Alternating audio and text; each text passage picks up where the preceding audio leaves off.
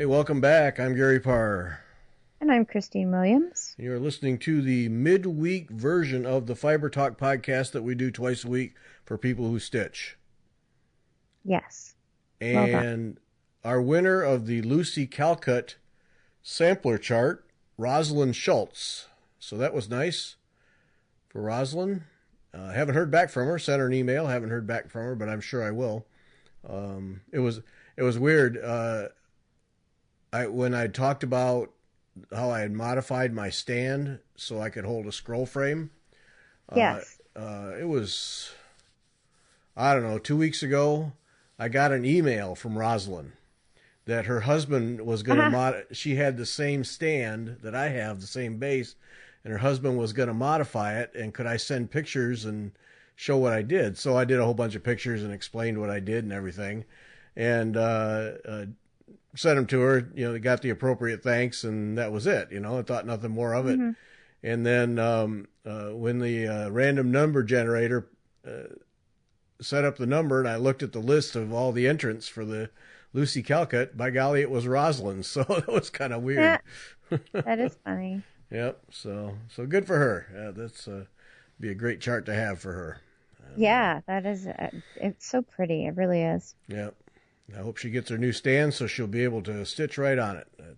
It'll be a lot easier on the stand for sure. Yeah, no doubt. So that was it, and yay for Rosalind. Excellent. Okay, I did this weekend. I've been doing things. So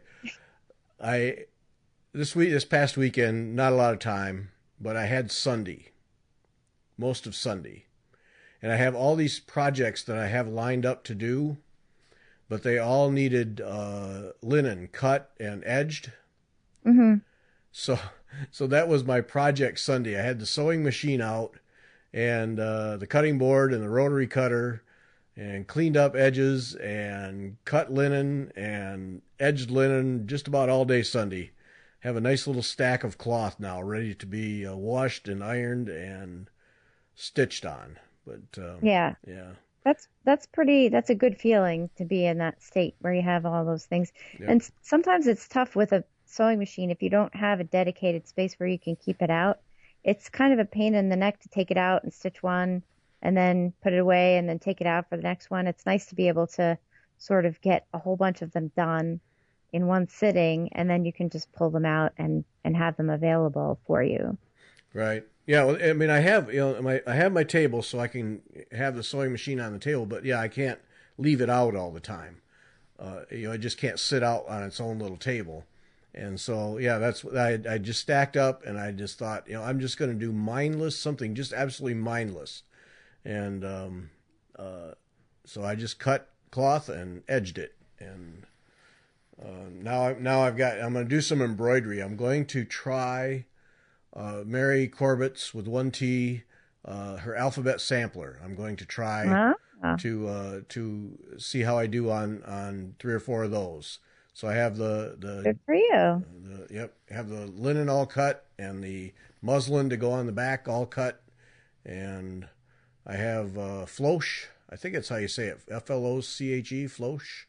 Mm-hmm. I have some colors of that coming, and going to just stitch those, because I've been having these little trips where I'm gone for a day or 2 days, and I don't know if I'll have time in the evening. And so to haul along a framed piece, stretcher bar, needlepoint piece, and all this stuff, it's just not. It's not worth it. It's right. Just because I just pack to go and come right back, but to have something in a hoop that I can just pick up in the room and just stitch on at night would be really nice. So that's what those the alphabets are for. That's going to be just something I can just do simple, and I can do on the plane and not take up a lot of room. And so we'll see how that goes. But at least got the cloth all lined up. I kind of like actually having just a project that's a travel project that I really don't take out for any other reason. So you always have that one thing that is, and it's only, if you travel a lot, which, you travel quite a bit, I travel a little less, but I have one thing always going that's tiny and portable. If it fits in a gallon size Ziploc bag, that would qualify. That I can take with me, that's simple and easy to do, that doesn't require crazy lights or crazy magnification that I can't take. And it just, everything that I need for that project is in that Ziploc bag. And I just put that aside, and I don't usually work on it at home. It's just always there so that if I'm going somewhere, I can just pop it in my handbag or backpack or a suitcase or whatever. And then that's just my travel piece. Yep. And that's, it's usually something that's, not something you're invested in tremendously, but maybe it's something that you're experimenting on or something that is just a fun little thing. And then you don't have to look around and try to figure out what you're going to do. You just know you have it and you just pick it up and you go. Yep. And that's exactly what I'm after. Just something I have in a project bag, and I just grab it and I'm out the door. I'll put exactly. Scissors in it, needles. I'll fully equip it, and just then I don't have to think about it. I just grab it. Oh, and right. and I'll put the instructions in too, because right. Yeah, that would be nice. So, yep. So that's the plan. So then, these designer people and people with gigantic stashes, it must be really nice to start a project like that and just go to your stash room, shelves, whatever, and just pull the threads. Because, I had to order some floss. I actually had 2 of the colors, because Marga says to me, Marga says, at what point is it that you start to have at least some of the threads for any project you want to do? Right. Subtle way of, why are you always buying threads, Okay. Yes. I get that. I said, well, this time I had one color. That's pretty good. Yeah. Well, and I think that it's easier to do with embroidery, because embroidery, it's one type of thread, right? It's silk or it's cotton, but it's basically you're working with the same type of materials, and then it's just whether or not you have the color that you want, right? So right. I found, I've been doing like little embroidery projects, and I have kind of been able to do that where I wanted to do something and I could just go into my DMC collection or my silks collection and pull threads to do whatever it was that I was doing, and not have to buy anything special for something. But then I was going to kit up a Debbie Rowley piece that I have, and I was really looking forward to it because I bought that actually very early, like a year ago, and I hadn't wanted to do it until now, and all of a sudden now I have a place for it, so now I'm excited to do it. And I'm thinking, oh, well, I'll just go through my stash and see what I have, and I'll be able to probably, have half of what's on there, and then the rest of it I'll order, forgetting that needlepoint is exactly that. It's 14 different types of threads, and there's ribbon, and there's metallics, and there's, watercolors, and there's all these different. I didn't have a single thing, not one. Not a single thing. So, yeah. Uh-huh. Yeah. Exactly. Yep. Mm-hmm. Yep. Well, and in this one with the embroidery thing, I wanted to do it with the colors and the threads that Mary specified before I go branching off and doing my own thing. Yeah. And so, and she had specified floss.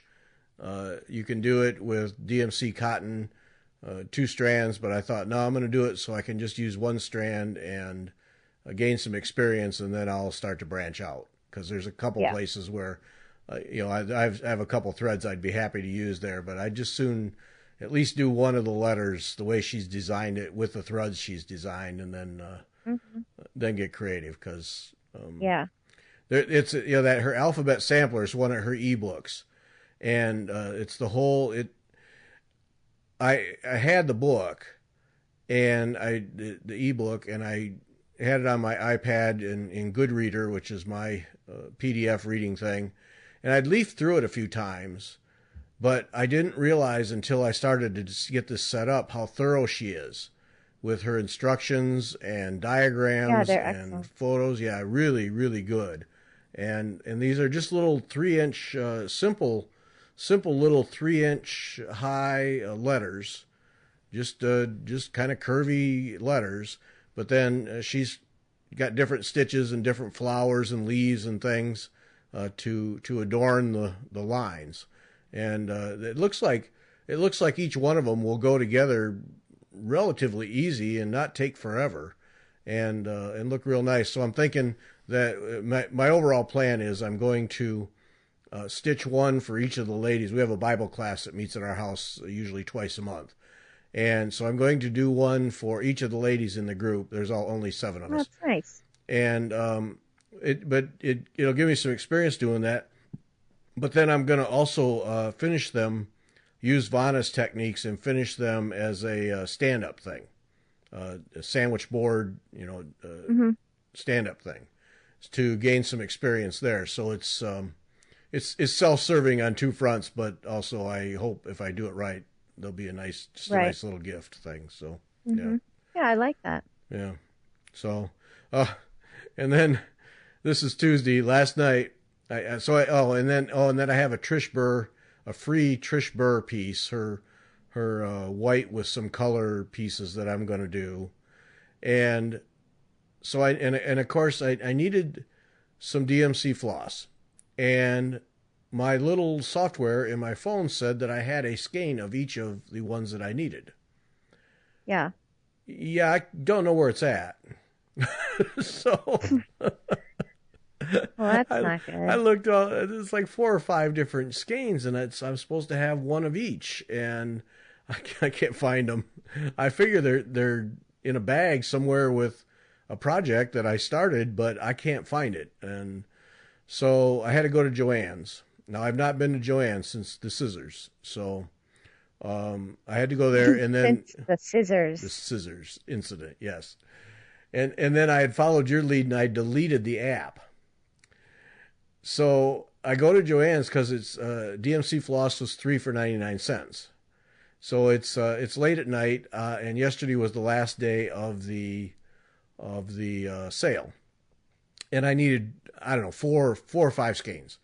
And so Margaret and I were out anyway, and she says, I'm waiting in the car because I have a feeling you're going to be right back because there won't be anything left.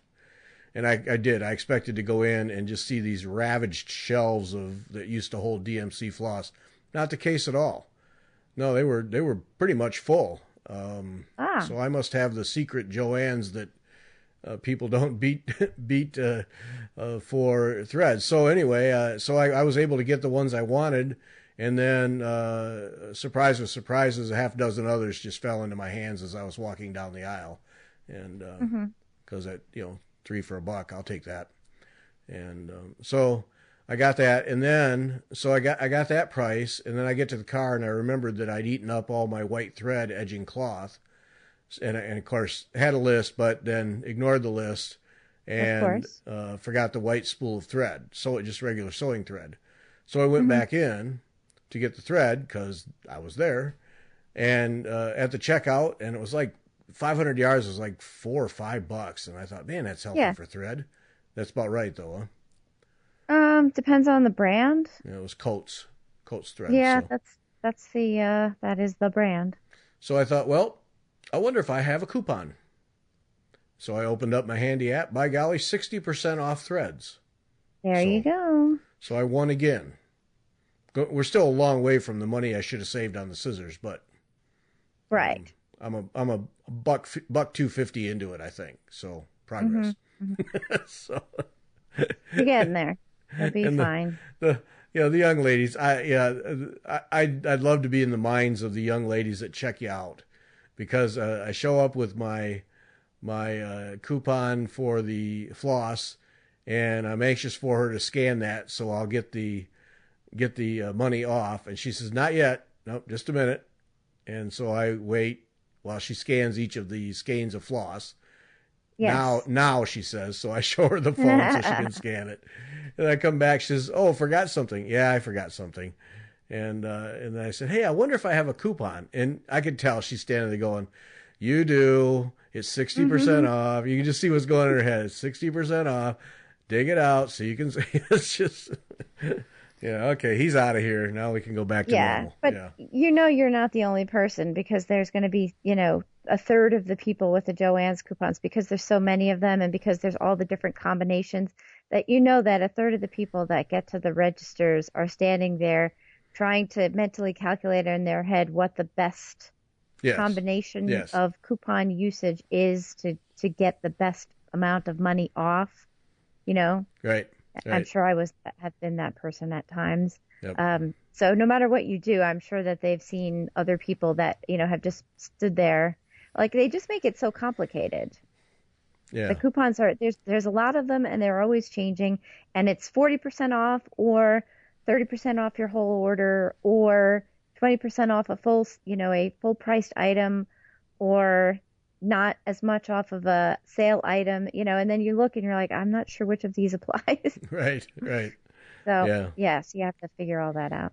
Yeah, and I it's so rare that I actually use coupons that for me it's even like, oh Jesus, is so much hassle. But it's worth it at Joann's. Yep. It's definitely worth it. Well, I got 60% off a spool of thread, which was, better part of $3. So hey, Yeah. I'll take it.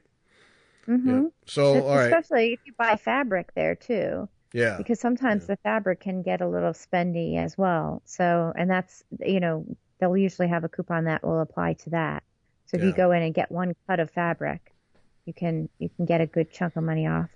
Good quality fabric. There are many things that are very inexpensive, but some of the more expensive silks and good quality things, you're gonna, they're not cheap. So those coupons do come in handy. Yep. Well, small victory. Two little small victories at Joann's for me. Well, congratulations. So maybe I'm very happy I for can you. build. Yeah, I can build on that. I can build on that. It's just practice, Gary. That's all it is. Okay. We can, all of us can only aspire to Arlene Cohen levels of, coupon skill. Yeah, that's professional level there, though. It is. It is. Yeah.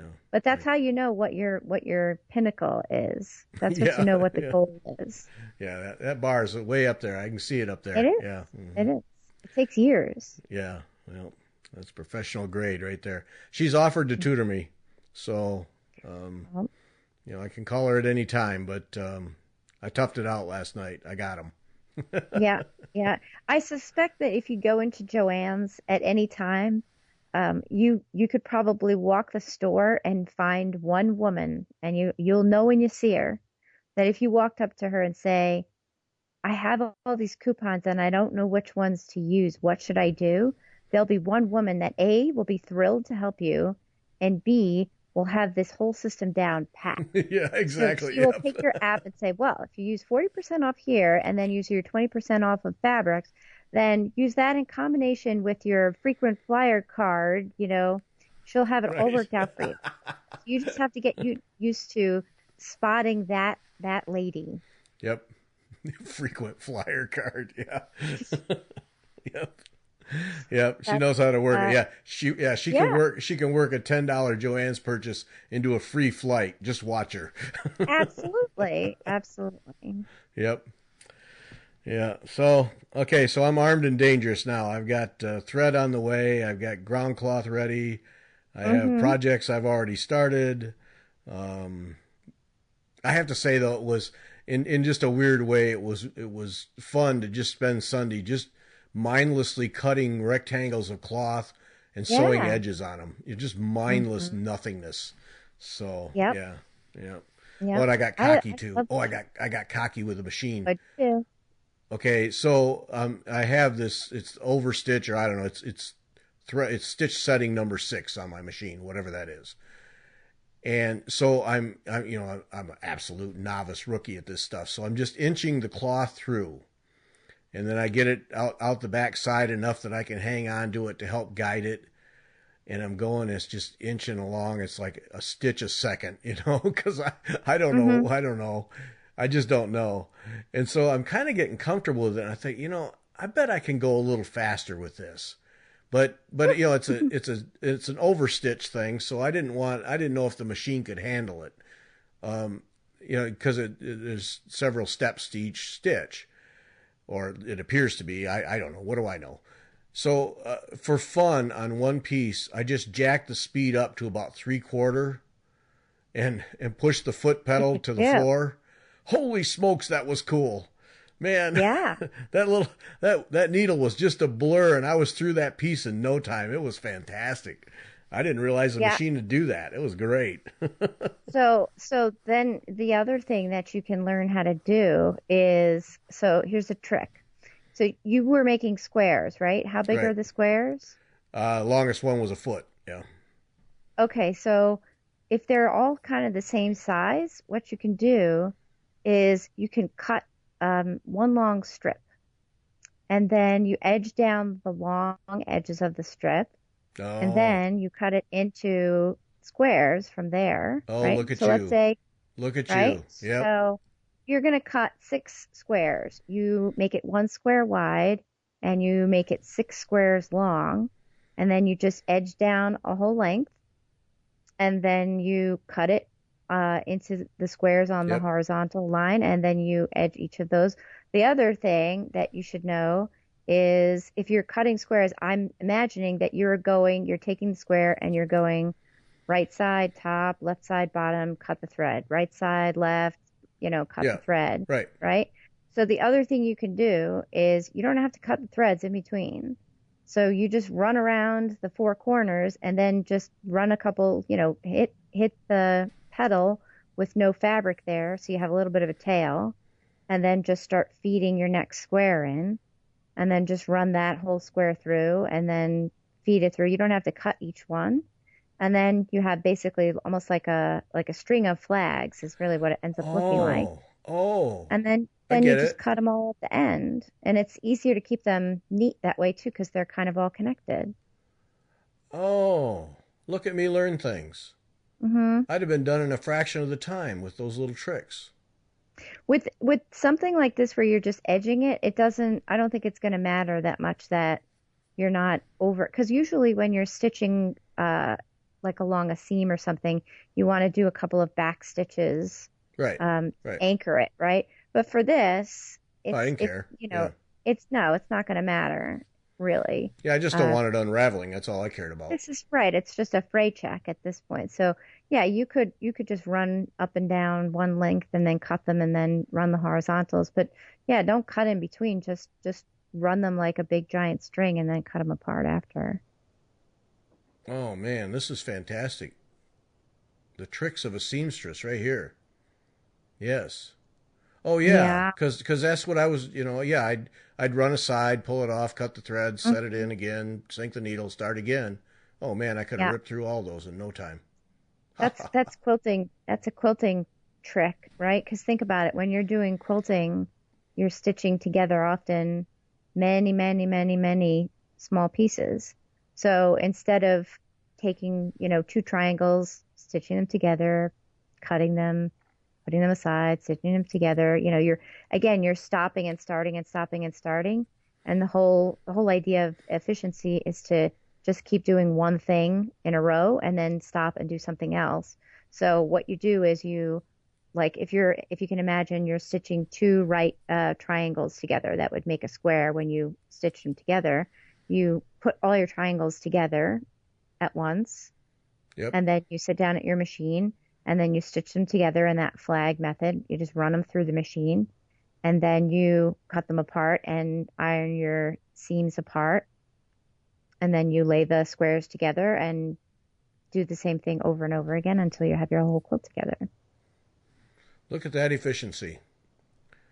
All right. Yeah, try to do all the things that are the same all at once. Now I got to find another excuse so I can practice that. That's pretty slick. hmm Okay, noted. It's in the ledger. Yep. Laziness is a big motivator. Actually, it's not even laziness. It's No, it's just speed. efficiency. That's just It's smart it's use of the speed time. when Yeah. you're making a whole lot of something. So a couple of years ago when I was doing costumes for a show, I had to make like 25 of the same piece of clothing. Uh-huh. So I didn't make, it was making like lab coats, right? So basically a jacket. I didn't sit there and make one whole jacket and then stop and then cut out the pieces and then make one whole jacket. I cut out all the sleeves, and then I cut out all the things. Like I did them all in a row, and then I did them all exactly this way. So I stitched all of the lapels together for 25 jackets. And then I stitched all of the fronts to the backs for 25 jackets. And then I stitched the sleeves in for 25 jackets. So you're doing it all in a row like that. You know, I think I might have done one first just to make sure that there wasn't anything funny about the pattern like that, you know, where you do something to the end and then you realize, oh, if I had done this differently at the beginning, it would have worked better. So I might have done one through just to see if there was any glitchy bits. And then after that, I just ran them through, you know, like that quickly. I think that's, you know, how you do it in a factory. Yeah, I would think. Yeah. I try to do things like that when I can, if I have to make a lot of one thing. All right. I've learned. Thank you. Appreciate it. Boy, save money at Joann's and learn how to be more efficient at sewing. Look out. Dangerous now. I'll teach you all the cheats. Okay, I'm all for all the cheats. Yep. I want to get this in for sure. This was most interesting to me. Marcy, is it Marsye? I'm going to say Marcy Ray. Yeah.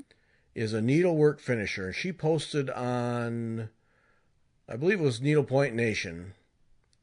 She showed a picture of your standard bubble pack envelope that showed the flap, you know, the peel off the strip and self-adhesive flap had come to her, and the only thing that was closed was one end about an inch in, and otherwise it was open. And she said that she gets easily half of the packages she gets for finishing, and her finishing is primarily ornaments and small things. Easily half, she said, of the pieces she gets come to her that way, where clearly they have come open. And so she said that she asked someone who would know, and the person said yes. People at the post office are opening those to see if there's anything valuable inside. Oh. And so her advice was, if you are sending anything to her, tape it. You know, the adhesive thing is good for the first time, but then when it's opened, it doesn't stick as well the second time. And so tape it, and then people won't be opening it to see if there's anything valuable. And I thought, boy, that is a statement and a half about a lot of things.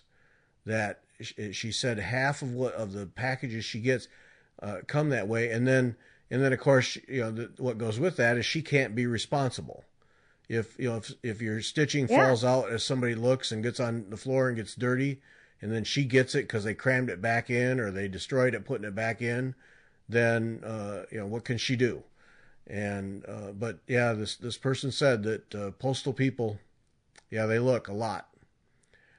Wow, that's disappointing. Oh, no kidding, it's disappointing. Yeah. And then I thought back to, well, two things that went with that in my head. One is that when you send stuff to Vanna for finishing, she wants it sent priority mail, and she likes it in one of those boxes, if you can do it. And then, and of course, you have to tape those up. But then the other thing she always requires is that you put them in a plastic bag, a Ziploc bag or some plastic bag, or wrap them in plastic. And her reasoning there is, if the package gets wet. Yes, exactly. Yeah, then your project is protected. And I thought, so there's your deal right there. No matter if you send anything to be finished, wrap it in plastic and then tape whatever package it is, tape it up. And yeah. And make sure plastic is not just, you know, if you're going to saran wrap it, make sure it's impervious to liquids, or put it in a Ziploc bag or something like that. Right. Sealed because up. Because the whole idea, is to seal it so that it can't get wet. Yep. Because I get packages delivered all the time, and they just put them on the porch, and I don't have a covered porch, so they are wet when they get to me, which is, you know, most of the time is fine. but sometimes is very not fine. So Yeah. especially if it's something you've worked so hard on, Right. you don't want that. Yep. So that was, that was really eye-opening lesson there. And of course, that applies way beyond stitching, mailing stitching. I mean, that applies to everything. And then then I had an experience today in that I had to renew my passport. Mm-hmm. And so I had to send in my old passport. And of course, your passport and the form have every piece of personal information anybody would need to steal your identity and wreak havoc with your life. And they say right on the State Department says right on the thing, send it by some trackable method. Yes. So I went to the post office and said, all right, in this standard business envelope is application, check for $110, and my old passport. How do you recommend that we send it? And the lady said, well, we usually recommend that it goes priority mail. And she breaks out an envelope that's a little bigger than a business envelope where the whole front is a window. So she was able to drop my addressed envelope into that envelope, priority. And then, of course, you could see the address and everything right through the window. Mm-hmm. And so, okay, that's great. And then she has the peel off the strip and seal it down. And I was just about to say, would you please tape that? Because I had written down for us to talk about that this week. Would you please tape it? No, I didn't need to. She taped it. And she taped it, it was interesting to watch. She taped it along the very edge of the flap. And then she took another equally long piece and taped it at a slight angle. And I thought, I don't, but it was an intentional angle. So she must have some training that this is how it's done. But so then I knew that at least it was secured from someone who just was going to do a quick open, because sending something like that with the U.S. Department of State as the address on it, you might as well just stamp on the front, passport enclosed. Yeah. Contains something very important about me. Yes, exactly. Yeah. Identity to be stolen inside. Yeah. Help yourself. So anyway, so it was just a good lesson, and I'm going to spread this outside of the stitching community too. If you're sending stuff, tape it, because boy, that was disturbing for her to say, that's what they do at the post office. They open it looking for valuable stuff. And, and even then, you can have it insured. You can have it insured all day long. But in most instances, that if it's insured, there's hassle getting reimbursed, number one. And then number two, how do you insure for any value a piece of needlework? I don't know what value you'd put on that. There's really no value. Something you poured your heart and soul in that's going to be a gift, or you are looking forward to having framed and put on the wall or something. How do you say, oh yeah, that's worth $500 of insurance? Nah, I don't think so. Yeah, I don't think you do even. I mean, does it really matter? Because they don't treat it differently if it's insured. Right. Yep. So it's real. Is insurance going to matter? I mean, no, that's just it. Who cares? Yeah, you give me a check. Well, that's great, but that doesn't replace the piece that I spent hours creating and stitching just perfectly and tearing apart and redoing sections and all that. You never replace that. So, so anyway, that was just good. I was really glad to run across that. And boy, I'll tell you, I'll be taping everything I send from now on. I don't care how strong the adhesive is on the envelope. That's that was disturbing. So, yep. Good to know. Yep, a good one. And then we've had on the list here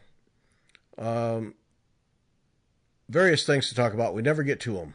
And Sarah Humphrey, who we've talked about before, Homfray, and she does YouTube videos of different things. She did one not too long ago, or I saw it not too long ago. It could have been really old. I don't know. But it was handling embroidery threads was her video. And, if you do it right, a DMC skein, if you do it right, you don't have to pull it all apart and put it on a bobbin. you can, if you do it right, you can just pull, if you pull the right end, you can just pull from that skein whatever length you want, and the rest of it will stay together, and it's a wonderful thing when people do it right. My problem is I always pull the wrong end. I just don't we know a trick for that though? Isn't the DMC thread? It's always the one with the longer. So you know how there's these little collars on the DMC thread? There's two of them. Yes. One's a little longer than the other. Yes. Isn't the right end always on the end with the longer collar? That I don't know. I think that's the trick. There is something to do with that collar length, yes. Yeah.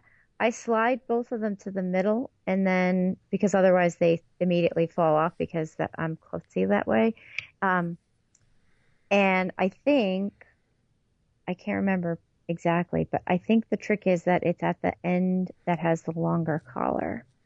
So you should try that. Or you could try the other one, and if it fails every time, then you'll know it's the one. Well, see, that's what I always do, because what I learned from her video was it's not the one that's obvious. It's not the end that's obvious. Mm-hmm. It's the end that's kind of buried down in the threads. That's the one you pull, and if you're not thinking about it, you would think, well, I'm going to pull the one I can get to easiest. But in her video, she showed the one the one that's buried is the one you want to seek out and pull that, and then when you do that, it works every time. Yeah. That's same way as like knitting wool skeins. You always pull from the center, not the thread yarn that's wrapped around the outside. You take the one that's in the middle, and then the outside remains intact, and you just unwind from the center. Yeah. And veterans know this. And there are several people listening who are rolling their eyes right now. But then I just saw a post the other day. Someone said, how do I do this thing so it doesn't get all knotted up every time? So, Sarah Humphrey has that. Pull the one you can't find. That's the one. Basically. Is that really helpful? Like, that's kind of... I know. I mean, it sounds a little silly, though, but it's true. Yeah, but that's the one. And then she had another idea for pearl cotton. And I do this. So I take I don't do all of this, but I take the skein of pearl cotton, that's all twisted up really nice, how they do that, and open it up, and it opens up into a nice loop. Just a big hoop, because they've knotted the two ends together. And so then I just cut the hoop, cut the loop, and then that gives me the right length, or what I like for a length for pearl cotton. Single strands. Okay, so then what I do is I just kind of fold them up neatly and put them in a floss whatever bag, I forget now. And so that's the way I do them. Well, she showed that, yes, cut it, but then she braids the thing. So she has the... Yeah, that makes sense. And she shows how to braid it, so then you have your skein of pearl cotton. It's all braided, so it can't get all tangled up. And then you just pull from the end, from the top, the folded part, and then your thread piece comes right out, and the braid stays in place. And that was kind of cool. I thought that was pretty neat. I'd have to learn to braid first, but details. So yeah. So that was pretty neat. That Sarah Humphrey. I'll put the link up for this, but she's one to watch. We got to get her on the show. She's in England somewhere. Yep. All right, we got to wrap up. That's it for the midweek show. Sunday, Megan Chriswisser, who is the editor of Needlework Retailer magazine, will be our guest, and looking forward to that. Yes. So there we have it. Thanks for listening. Megan on Sunday, and the two of us back next Wednesday.